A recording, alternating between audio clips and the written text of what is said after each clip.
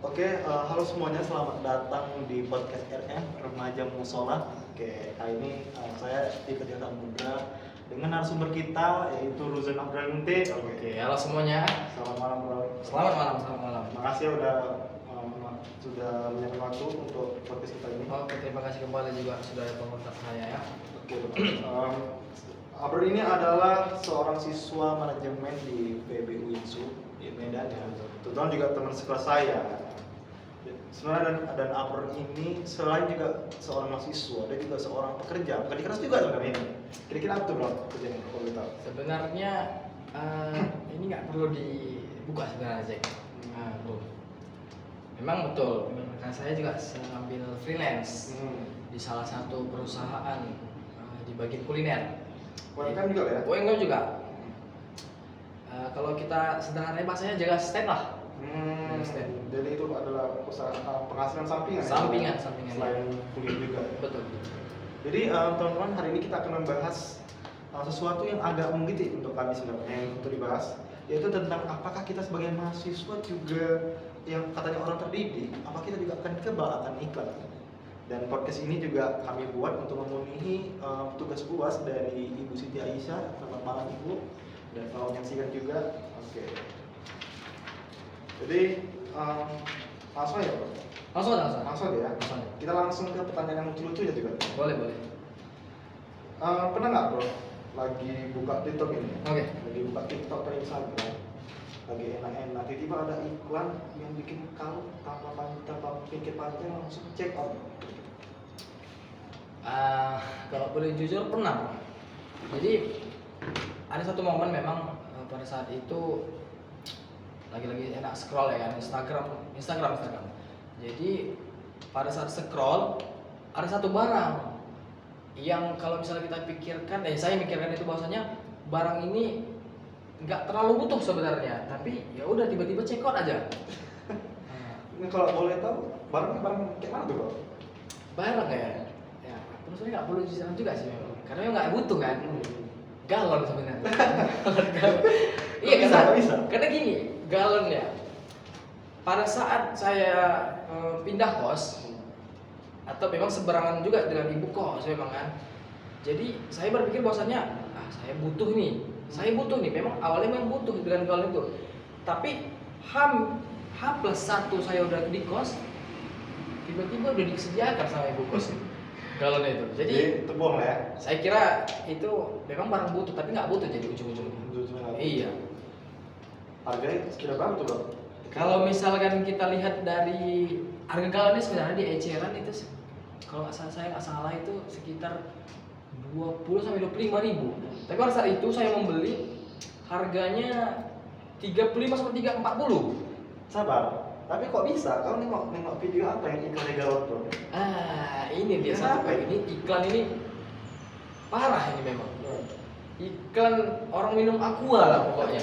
Minum air mineral. Dia jual galon ya? Enggak, sebenarnya ya air mineral, tapi kan ada banding-bandingnya gitu. Bandingnya ya udahlah. Habis galonnya kayak warna-warna pink, warna hijau. Itu lebih menarik itu. Itu salah satu strateginya.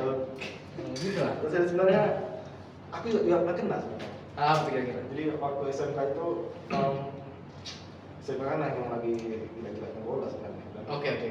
Waktu itu lewat juga video orang lagi jual jersey.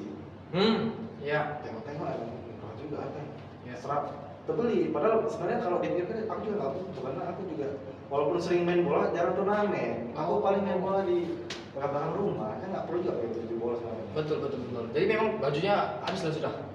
Bajunya habis termakan tikus. Yang pipisan bajunya. Mahal nggak itu harganya? Lumayan lah, kalau untuk harga baju besar tuh lumayan mahal sih. Jadi kan 120 ribuan juga satu pasang. Jadi menurutmu itu barang yang mungkin nggak butuh ya sebenarnya? Sebenarnya nggak butuh, karena Butuh kan ya? untuk main-main di belakang kan ada. Iya betul. Dan itu terbeli tipis pula, termakan tikus habis lah udah. Jadi memang disayangkan sekali seperti itu. Nah sebenarnya itu udah fenomena yang kita bahas. Karena bayangkan kita ini seorang mahasiswa, Ya. yang katanya terdidik. Oke. Kita apalagi kita orang-orang ekonomi nih. Betul. Kita juga belajar tentang teori ekonomi, teori manajemen, dan teori perilaku konsumen. Betul. Yang seharusnya kita lebih melek, lebih pandai ya daripada Iya. konsumen yang awal gitu. Oke. Tapi kenyataannya kita juga tetap bisa hilaf Iya. saat scroll konten di tengah-tengah malam gitu loh. Sebenarnya juga ada kata orang sarjana yang tak terpikat iklan. Kan menurut aku juga mitos ya, karena Iya. banyak orang juga berasumsi semakin tinggi pendidikan orang, maka semakin kebal dia dengan iklan. Tapi menurutmu kira-kira itu benar nggak? Memang betul. Saya sepakat seperti itu kan. Tapi ada satu materi yang pernah kita bahas di mata kuliah perilaku konsumen tentang SDG. Nah, itu SDG itu ada SDG 4. Yaitu tentang pendidikan yang berkualitas, seperti itu. Jadi, salah satu daripada tujuan SDG 4 itu adalah bahwasanya kita ini ditekankan untuk mencetak individu-individu yang bukan hanya cerdas secara daripada akademik. Jadi, tapi itu juga harus kritis, dipaksa kritis terhadap informasi-informasi dan klaim daripada produk-produk yang kita lihat. Nah, inilah kalau misalnya kita belajar perilaku konsumen, ya ini disebut dengan informasi individual. Seperti itu. Jadi kita juga belajar hal itu ya. Betul. Kita dalam belajar pun juga bisa kena juga ya. Bisa, pasti. Dan sebenarnya ada juga konsep yang menarik yang kita bahas. Itu namanya digital theory exchange. Oke. Pernah nggak? Ini tuh contoh kayak gini. Pernah nggak kau lagi download aplikasi? Aplikasinya sih gratis. Tapi yang sebenarnya jadi itu kita tuh membayarnya dengan data pribadi kita. Kayak kita tuh kayak download TikTok ini kan ada tuh rekomendasi video yang Anda sukai. Oh iya.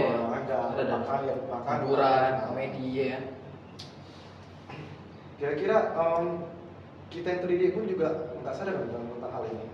Kalau Abrar sendiri gimana, Bro? Iya, Sadar nggak memang. kalau kita tuh juga menjual data kita di situ? Iya, sebenarnya memang sistemnya seperti itu ya. Jadi saya rasa itu ada gap di situ. Jadi ada satu istilah namanya actual states. Actual states ini kita ambil satu contoh, maksudnya di mahasiswa yang ada di Medan. Mereka punya gelar, mereka pasti bisa baca teori.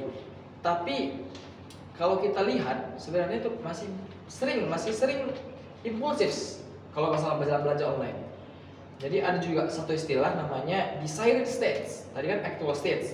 Ini sekarang desired state. Maksudnya jadi kalau misalnya kita balik lagi ke SDG 4, kita itu individu-individu yang harus saya rasa harus benar-benar terinformasi akan iklan-iklan yang tersebar luas. Harus juga kritis.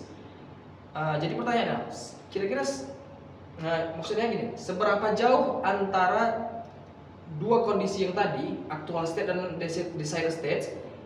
Nah, disinilah yang harus kita bedah bersama. Maksudnya, bagaimana kita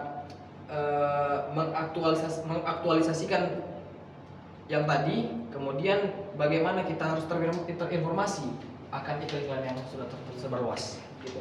Jadi sebagai orang sendiri pun harus kita juga bisa terinformasi, juga kritis dan Betul. kita harus berdaulat dengan keputusan kita ya. Gitu. Dan lanjut aja ke pertanyaan selanjutnya, kita langsung ke pertanyaan psikologis. Oke. Secara teori orang yang berpendidikan tinggi itu harus memproses informasi secara berbeda. Kira-kira bisa nggak dijelaskan dulu, Bro? Betul memang. Kalau misalkan kalau kita cerita perilaku konsumen, di dalam perilaku konsumen ada model yang namanya saya sebutkan bahasa ilmiahnya yaitu elaboration likelihood model atau yang disebut dengan ALM. Jadi teori ini ada satu teori ini dikemukakan oleh yang bernama Schiffman. Itu ada tertulis di materi itu. Jadi beliau menjelaskan bahwasanya ada dua jalur bagaimana otak kita memproses pesan-pesan iklan itu. Ada dua jalur. Nah, kira-kira apa tuh? Nah, ini perlu saya sampaikan di sini. Jadi ada dua jalur. Yang pertama ada rute sentral. Nah, jadi rute ini maksudnya kita harus memakai jalur yang logis. memakai jalur logis. Maksudnya ada satu orang yang menganalisis isi iklan tersebut secara mendalam. Dia mulai melihat spesifikasi produknya, kemudian setelah itu dia bisa harus membaca ulasannya. Kemudian setelah membaca ulasan, dia harus bisa membandingkan data-data yang ada. Kemudian sampai pada tahap dia membeli barang tersebut. Nah, sebenarnya ideal seperti itu. Itu yang harusnya dilakukan seorang mahasiswa kalau mereka ingin membeli satu apapun yang barang yang dibutuhkannya. Jadi yang kedua, tadi yang pertama. Yang kedua ada rute periferal. Nah, ini tadi rute sentral adalah jalur yang logis kalau kita bisa bilang. Kalau rute periferal ini adalah jalur pintas. Maksudnya seperti apa? Sebenarnya rute periferal ini sederhananya adalah orang yang tidak bisa berpikir panjang. Tadi yang berpikir kritis, ini orang yang tidak bisa berpikir panjang. Tapi dia sangat terpengaruh oleh hal-hal yang sampingannya. Seperti misalkan dia melihat iklan tersebut karena melihat visualnya yang cantik, kemudian influencer yang dibawakan itu yang keren-keren gitu, seperti itu. Jalur-jalur pintas saja. Kemudian ada pasti iklan itu pasti ada satu soundtracknya, musik lah maksudnya. Musik yang bikin mood dia naik gitu, mood dia bagus. Nah, jalur inilah yang sering dipakai orang untuk membeli barang tersebut. Ya udah, jalur pintas saja. Sebenarnya ada juga cerita. Oke. Aku juga pernah tuh waktu lagi dalam kondisi lapar. Oke. Tahu nggak influencer namanya Kinardi? Oh, tahu. Dia suka masak tuh. Suka masak.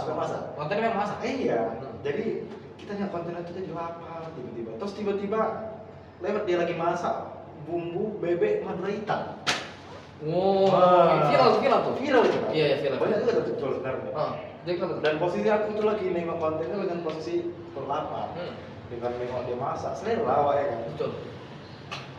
Tengok-tengok harga itu enak lumayan juga ini. Pasti tengok harga 30.000 aja. 30.000. Sambal saja. Sambalnya 30.000 bro. Karena kalau pikir pun kita kan mending beli nasi paling depan ya kan. Betul. Itulah sebenarnya banyak juga cerita tentang rute periferal ini. Iya. Jadi menurut aku secara teori seharusnya mahasiswa ini ngambil yang mana sekarang teori? Kalau menurut saya ya harusnya kita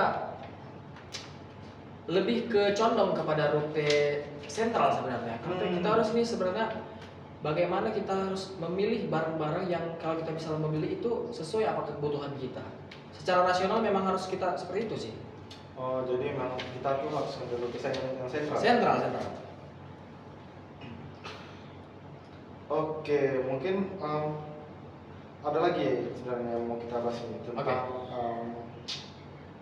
iklan yang berlebihan tanpa dasar yang faktor kuat itu. Oke. Seharusnya sebagai mahasiswa itu kayak mana kita menanggapi iklan-iklan yang menurut itu agak berlebihan sebenarnya, kayak tentang skincare yang dapat memutihkan dalam 3 hari tuh, udah kalah itu obat-obat tradisional itu. Gimana? Kalau melihat hal seperti itu ya, baik lagi sih, kita memang harus dapat memfilter apa-apa iklan-iklan yang kita lihat. Jadi ada istilah namanya need for cognition, Pak. Nah, jadi need for cognition ini atau NFC itu membahas bahwasanya seberapa besar seseorang itu menikmati proses dia berpikir kritis. Nah, jadi mahasiswa yang kita bilangnya mahasiswa dengan mempunyai NFC yang tinggi itu saya rasa mereka lah yang lebih kebal terhadap ada sama istilah puri-free, bahwasanya klaim iklan yang berlebihan tanpa dasar fakta yang kuat. Nah, gitu. Dengan contoh iklan puri-free itu kayak apa gitu? Nah, misalnya ini tadi yang sudah disebutkan bahwasanya dijamin bikin ada satu iklan dijamin ada skincare ini dijamin bikin dalam 3 hari. Nah, itu. Aku juga betul bro, soalnya agak gelap juga gitu tadi. Nah, itu jangan fakta fakta kali ya. Gitu sebenarnya gitu. Jadi bahkan NFC ini NFC yang tinggi, mahasiswa yang punya NFC yang tinggi sebenarnya bisa terjebak di rute-rute periferal dan dalam kondisi tertentu tapi kan. Nah, jadi kita setuju bahwasanya kenapa bisa mahasiswa yang mempunyai energi yang tinggi itu bisa terjebak. Ada satu di mana, tadi kan dalam kondisi tertentu kan, ada satu di mana dia ya pasti kelelahan kan pada saat scroll media sosial, pada saat malam hari, ataupun pada saat dia mempunyai tekanan sosial dari lingkungan sekitarnya. Nah, itulah menyebabkan faktor bahwasanya dia terjebak akan itu. Jadi pengetahuan dan keyakinan kita tentang sebuah produk sebenarnya bisa kalah melawan komponen-komponen yang afektif, yaitu emosi dan perasaan kita saat ini. Iya ya, pas lah bro, kayak betul juga ya. Iya. Walaupun kita tahu ini kayak yang tadi sambal Madura tadi bro. Betul. Walaupun kita tahu ini harganya agak mahal, Iya. mending lebih baik ke depan langsung jadi. Tapi juga bisa terguncangan dengan rasa lapar kita gitu ya bro. Betul bisa. Jadi sebenarnya itu menarik sekali. Ternyata meskipun kita tahu sesuatu yang secara kognitif, Iya. ternyata emosi juga tetap bisa menang. Bisa menang. Itu karena itu kita bicarakan soal pertama itu. Sebenarnya ini juga berhubungan dengan yang namanya 3 komponen model. Iya. Model of attitude. Ya, sebenarnya ada 3 tuh. Yang pertama itu ada kognitif, yaitu apa yang kita tahu dalam produk ini. Yang kedua ada afektif dan apa yang kita rasakan. Betul. Kayak lapar, emosi dan senang. Dan Iya. itu ada konatif, yaitu Konatif. apa yang kita lakukan. Idealnya mahasiswa yang terinformasi akan punya komponen yang kognitif yang kuat sehingga bisa mengontrol afektif dan yang lainnya. Tapi nyatanya ketika komponen juga tidak berprestasi bro. Iya. Sekarang kita masuk ke pertanyaan selanjutnya. Oke. Kita masuk ke pertanyaan yang bikin kita agak-agak nyaman sebenarnya soal data pribadi kita bro. Iya pasti. Sebenarnya kalau aku mau nanya, boleh nggak jujur tuh kira-kira kapan terakhir kamu baca kebijakan privasi dalam sebuah aplikasi kelas kamu pernah lihat? Kapan aku Terakhir baca kebijakan privasi pas awal-awal dengan aplikasi? sebenarnya udah lama memang Cik. Karena kalau misalnya kita baca kebijakan privasi itu sebenarnya butuh waktu yang lama sebenarnya, makanya banyak kali capek. Itulah makanya kita memang dari jalur pintas tadi, main sekolah-sekolah aja tiba-tiba setuju aja. Jadi saya rasa sebenarnya tidak terlalu penting sebenarnya membaca-baca kebijakan privasi itu. Pada dia sebenarnya ya udah setuju-setuju aja kan. Iya, Gitu memang. Oke, sebenarnya itu bro, itulah yang namanya paradox information concern. Apa itu? Seharusnya dengan kita sebagai mahasiswa yang harusnya untuk paham tentang hak, kita juga harus tahu hak kita sebagai konsumen apa, Betul. hak mereka sebagai aplikasi itu Pembuat. apa. Justru kita pula yang paling sering langsung setuju. Nah, itu dia. Kira-kira apa tuh bro alasannya?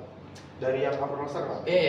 Jadi mengenai hal itu saya bisa sampaikan bahwasanya ada beberapa alasan. Yang pertama, udah pasti dokumen kebijakan privasi itu yang udah saya jelaskan tadi adalah pasti bentuknya panjang lebar itu. Panjang lebar. Luar biasa panjang lebarnya. Jadi bila bisa pun sampai puluhan halaman, makanya sampai scroll sampai ke bawah gitu. Jadi itu yang pertama. Jadi yang kedua adalah dari segi bahasanya. Bahasanya saya rasa terlalu lebih kaku dan teknis sekali. Makanya kita pun malas untuk membaca. Bahasa ini kali ya, bahasa Sistem, membaca sistem. Bahasa sistem kali. Nah, jadi yang ketiga sebenarnya yang paling krusial ini alasannya. Jadi ada saya ambil satu istilah ilmiah. Jadi literatur Mothersbaugh. Jadi kita itu sering mengalami namanya cognitive overload atau yang bisa disebut dengan kelebihan bebas kognitif. Nah, sebenarnya otak kita itu lebih memilih jalan pintas. Itu tadi jalan pintas karena nggak sanggup sebenarnya kita memproses semua informasi yang ada, informasi yang baru muncul. Makanya pada saat kita masuk ke aplikasi pertama kali, kemudian kita melihat kebijakan privasi yang sangat panjang itu, makanya langsung kita scroll, teks setuju aja. Udah. Sebenarnya tahu nggak apa tuh akibatnya? Nah, akibatnya ada yang namanya istilahnya itu data brokers. Jadi ada satu perusahaan seperti Axiom, Jack. Jadi perusahaan ini mengumpulkan ribuan titik data pribadi kita. Jadi bayangkanlah, misalnya satu profil nih, satu profil konsumen itu bisa memuat lebih dari 1000 poin informasi. Bisa dari lokasi kita, bisa kebiasaan untuk browsing apapun yang kita telusuri, kemudian waktu tidur kita, jam-jam tidur kita, hingga daripada pola pengetikan kita di layar. Tadi ke perusahaan bro, jadi data itu dijual. Nah, inilah yang menjadi problem, masalah sebenarnya. Dijual.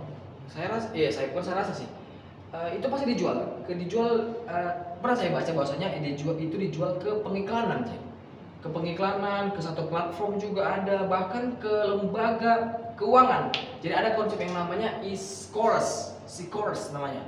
Itu semacam skor kredit digital.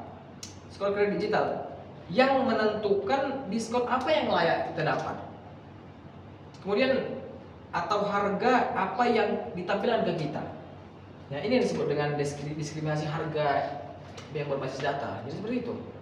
Oke, jadi kalau data itu dijual, kira-kira menurutmu itu data-data yang berbahaya nggak itu kalau diketahui oleh orang-orang di internet? Sudah pasti berbahaya kan, karena kan itu kan data pribadi kita kan, namanya sudah pribadi kan.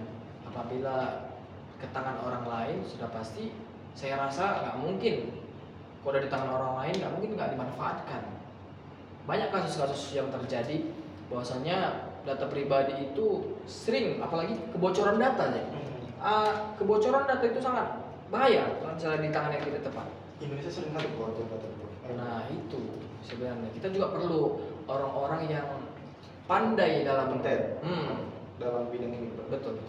Sebenarnya rupanya tanpa kita sadari banyak juga strategi pemasaran yang berkembang pada zaman ini. Ada lagi sebenarnya yang mau kita bahas ini. Apa ini kira-kira? Tentang yang namanya itu native advertising, itu iklan yang bersama. Oke. Contoh itu kayak mana? Contoh itu kita lagi nonton influencer lagi upload video dia kelaparan, cuma Betul. posisinya dia males mau keluar, lagi scroll rupanya ujung-ujungnya apa? Iklan GoFood bro. Pernah nggak? Ujung-ujungnya itu GoFood ya. Ujung-ujungnya iklan GoFood dia rupanya. Kita nggak sadar. Kita kira dia lagi buat vlog, rupanya ujung-ujungnya iklan GoFood juga ujung-ujungnya. Itu salah satu strategi yang bagus saya kira. Bagus juga memang itu kan. Karena memang bisa, jadi orang itu bisa tersamarkan seperti melihat iklan itu. Jadi gini ya, sebenarnya kalau misalnya saya menanggapi hal itu ya, ada satu bahayanya Jack, kalau misalnya kita melihat itu Jack. Kita dapat bisa menembus pertahanan kognitif kita. Justru itu bentuk tidak terasa seperti iklan kan tadi kan? Tidak seperti iklan. Sesuai dengan penjelasan dalam materi kita yang tadi, materi 2 kita tentang literasi data, udah pernah kita bahas. Bahkan individu yang terdidik pun, seperti kita mahasiswa, sebenarnya rentan Jack terhadap teknik-teknik yang tadi. Kalau misalnya kita nggak sadar, kita pasti kita terjebak akan iklan itu. Iya, soalnya kan kita juga nggak selamanya kita dalam kondisi siap, karena juga ada faktor kelelahan. Iya, scroll juga untuk mencari hiburan. Makanya itulah celah-celah yang dimanfaatkan oleh orang-orang pemasar ini. Itulah kenapa individu dalam konteks SDG 4 itu bukan hanya soal punya gelar akademik bro, tapi itu juga soal literasi digital yang spesifik, kemampuan melalui iklan, kemampuan membaca bidang literasi, dan kemampuan melakukan produk yang berlebihan. Betul. Oke, jadi kita sudah bongkar semuanya hari ini. Sekarang menurut Abro, kira-kira dari materi kita bahas, kira-kira apa nih rekomendasi atau saran untuk teman-teman kita di Bandung ini, mahasiswa-mahasiswa, mahasiswi tentang strategi pemasaran pada zaman ini? Iya. Mungkin ada beberapa hal yang perlu saya sampaikan. Tadi juga kita bahas kan, udah beberapa panjang juga. Yaitu yang pertama, kita harus lebih bisa melatih NFC kita, yang maksudnya need for cognition. ini kan tadi bahwasanya kita harus dapat melatih dalam berpikir kritis kita dalam memilih iklan-iklan apa saja yang harus kita cerna. Kita harus dapat membiasakan bahwasanya dan mempertanyakan juga iklan ini. Tanyakan pada diri kita, ini bukti apa buktinya kalau misalkan iklan ini masuk ke media saya? Apa buktinya iklan ini sebenarnya bisa untuk dapat mewujudkan klaimnya ya. betul itu. Yang kedua, sebelum kita memulai atau menginstal satu aplikasi baru, Jack, sebenarnya kita luangkan sajalah 2 menit untuk mencek izin daripada verifikasi tersebut, apa yang diminta dari aplikasi tersebut. Jadi misalnya aku nanya sebenarnya, misalnya kalau misalnya kalkulator itu kita kira perlu nggak akses ke kontak kita atau ke lokasi-lokasi kita? Kalkulator. Iya perlu nggak? Kalkulator kayaknya nggak usah lah kan untuk ini apa ya? Nah, Kontak kerja lokasi. sebenarnya luangkan saja 2 menit untuk sebenarnya mencek izin itu, karena memang kan kita harus waspada juga terhadap data pribadi kita. Jadi kita harus mencek lah. Yang ketiga kita harus lebih mengenali tanda-tanda daripada native advertising tadi. Biasanya itu ada, kalau misalnya kita lihat dari konten-konten yang ada di Instagram atau TikTok, ada tuh label kecil di sudut postingan. Biasanya itu yang tertulis sponsor atau berbayar gitu. Kemitraan berbayar ya? Itu sering di sudut-sudut postingan tuh. Bisa, ya itulah, makanya jangan biarkan otak kita memproses konten yang sebenarnya berbayar, padahal sebenarnya nggak butuh sebenarnya kita. Nah itu, saya kira itu yang bisa saya sampaikan. Oke, mungkin itu pesan untuk teman-teman kita mahasiswa di luar sana ya, Pak. Nah, kalau untuk pemasarannya sendiri, kira-kira ada nggak pesan-pesannya? Ada juga. Kalau untuk pemasar, saya rasa kita harus perlu meningkatkan sebagai pemasar berkomunikasilah secara etis, saya rasa, kepada segmen-segmen informan individual yang lain. Kita harus transparansi juga, bukan hanya kelelahan saja yang kita tampakkan. Justru itulah yang dapat membangun kepercayaan kita terhadap orang-orang lain dalam jangka yang panjang pastinya. Makanya jangan gunakan teknik manipulasi di dalam pemasar agar kita tidak mempunyai musuh. Makanya jangan gunakan teknik manipulatif yang sekiranya itu memanfaatkan daripada individu yang lain. Nah, jadi seperti itu. Oke, jadi kesimpulannya yang dapat mungkin saya tangkap sebagai mahasiswa yang sejati, kita tuh bukan cuma lulus kuliah atau mempunyai tingkat tinggi. Betul. Tapi ini adalah proses pembelajaran hidup. Iya. Sesuai dengan smart yang SCB 4 itu tadi, Iya. kita perlu mengasah kemampuan berpikir kritis, kita diri kita dan kesadaran akan hak kita sebagai konsumen gitu. Oke. Tujuan yang berbeda seharusnya melayani konsumen yang tidak mudah dimanipulasi baik oleh iklan, oleh algoritma maupun oleh tekanan sosial, dan itu dimulai dari kesadaran digital masing-masing. Betul. Kira-kira ada lagi nggak pengalaman yang ingin dibagi tentang kelemahanmu dalam emosional, kayak kecapean tiba-tiba kebeli barang atau itu, atau pernah nggak udah baca ulasannya baik, yang lainnya baik, bintangnya pun banyak, pas datang nggak sesuai ekspektasi, bro? Itu sering terjadi tuh seperti itu. Ada nggak? Sering terjadi. Ada waktu itu saya melihat satu iklan di Instagram. Sebenarnya iklan itu adanya justru di story-nya, bukan di reels-nya. Di story. Entah kenapa bisa muncul iklan itu sama saya. Tapi atau ya itu algoritma ya, mungkin saja algoritma kan. Memang saya ingin, dalam hati saya itu pengen barang ini. Jadi saya sebut aja barang itu jam tangan. Jadi jam tangan kan. Saya lihat pada saat saya lihat story Instagram, jadi masuklah tuh iklan tersebut kan, bagus pula jam tangannya. Jadi saya klik, langsung masuk ke website. Pada saat diklik masuk ke website itu, websitenya kan di Google Chrome. Oh, justru lari ke Google. Lain, ya itu larinya ke situ. Itu sebenarnya saya tanyakan di situ. Itu jadi pertanyaan, bahwasanya kenapa harus ke sini kan? Tapi nggak ada maksudnya nggak? Nggak janggal. Awalnya janggal, cuma sebentar saja. Nah, ya udah. Di situ masuk ke Google, dilarin ke website, tertera di situ nomor WhatsApp. Oke. Dan memang jam tangan ini bagus, Jack. Dan secara tampilannya memang bagus pula ini kan jam tangan kan. WhatsApp, jadi saya lagi ke WhatsApp, pesan ke WhatsApp jadinya. Saya chat, ditampilkan memang dibalas, kemudian ditampilkan dia produk-produk yang ditampilkan di SG tadi juga. Itulah saya keep lah, oke, saya inilah saya check out. Saya kirim alamat, info apa, saya kirim data diri kan, lokasi dan sebagainya. Dan ini justru menarik di sini. Kalau misalkan katanya apa ya namanya ya, Jack? Kalau mau dapat gratis ongkir itu di kota-kota tertentu katanya. Oke. Jadi saya sebut nggak Medan. Kak, berarti Anda dapat gratis ongkir nih katanya. Gratis ongkir katanya. Bagus Enggak, kan? dia awalnya ada bilang nggak kota-kota ini yang termasuk gratis ongkir? Nggak ada. Berarti nunggu kau nyebutin kota Medan baru dia gratis ongkir? Iya, itu strategi itu. Marketing Itu kali ya? marketing sekaligus penipuan sih menurut saya. Nipu juga? Nah, ini makanya. Jadi dapat gratis ongkir kan, mantap juga kan. Banyak. Nggak bertanya sih harganya, memang udah tertera juga harganya sekitar 150 ribuan. Ya udahlah, Untuk ukuran jam mahal murah? Kayak standar ukuran lah, ya? standar. Jadi 150 ribu, dia udah saya langsung transfer modelnya, itulah salah saya kan. Sebenarnya harus kok transfer, enggak COD waktu itu, COD. Ya udah COD. Terus saya mikirnya nggak apa-apa lah COD, toh gitu juga belum keluarkan duitku ya kan. Datang barangnya, ku bayar, pada saat itu ku buka tidak sesuai ekspektasi.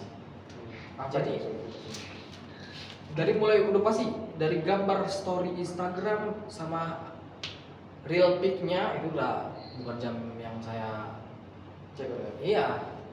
Terus salah semua dari segi warna, segi apa namanya ini rantai, semua enggak. Jadi itulah makanya kita harus sering memfilter apa saja iklan-iklan yang mungkin kita pahami lah. Jadi jangan sampai kita terjebak dari iklan-iklan yang mungkin tanda kutip penipuan. Oke, mungkin banyak juga ternyata ilmu penipuan yang kita bahas sekarang di sini. Iya. Dan mungkin sekian juga untuk podcast kami hari ini. Terima kasih juga untuk teman-teman yang sudah menyaksikan. Terima kasih juga Ibu yang sudah menyaksikan. Semoga diskusi kami ini bermanfaat untuk kita semua dan semoga kita semua bisa menjadi konsumen yang semakin cerdas dan berdaulat. Oke, mungkin terima kasih ya, Brother. Oke, sudah. Sama-sama. Terima kasih sudah menonton saya. Terima kasih juga sudah datang ke podcast ini dan tunggu juga episode kami selanjutnya.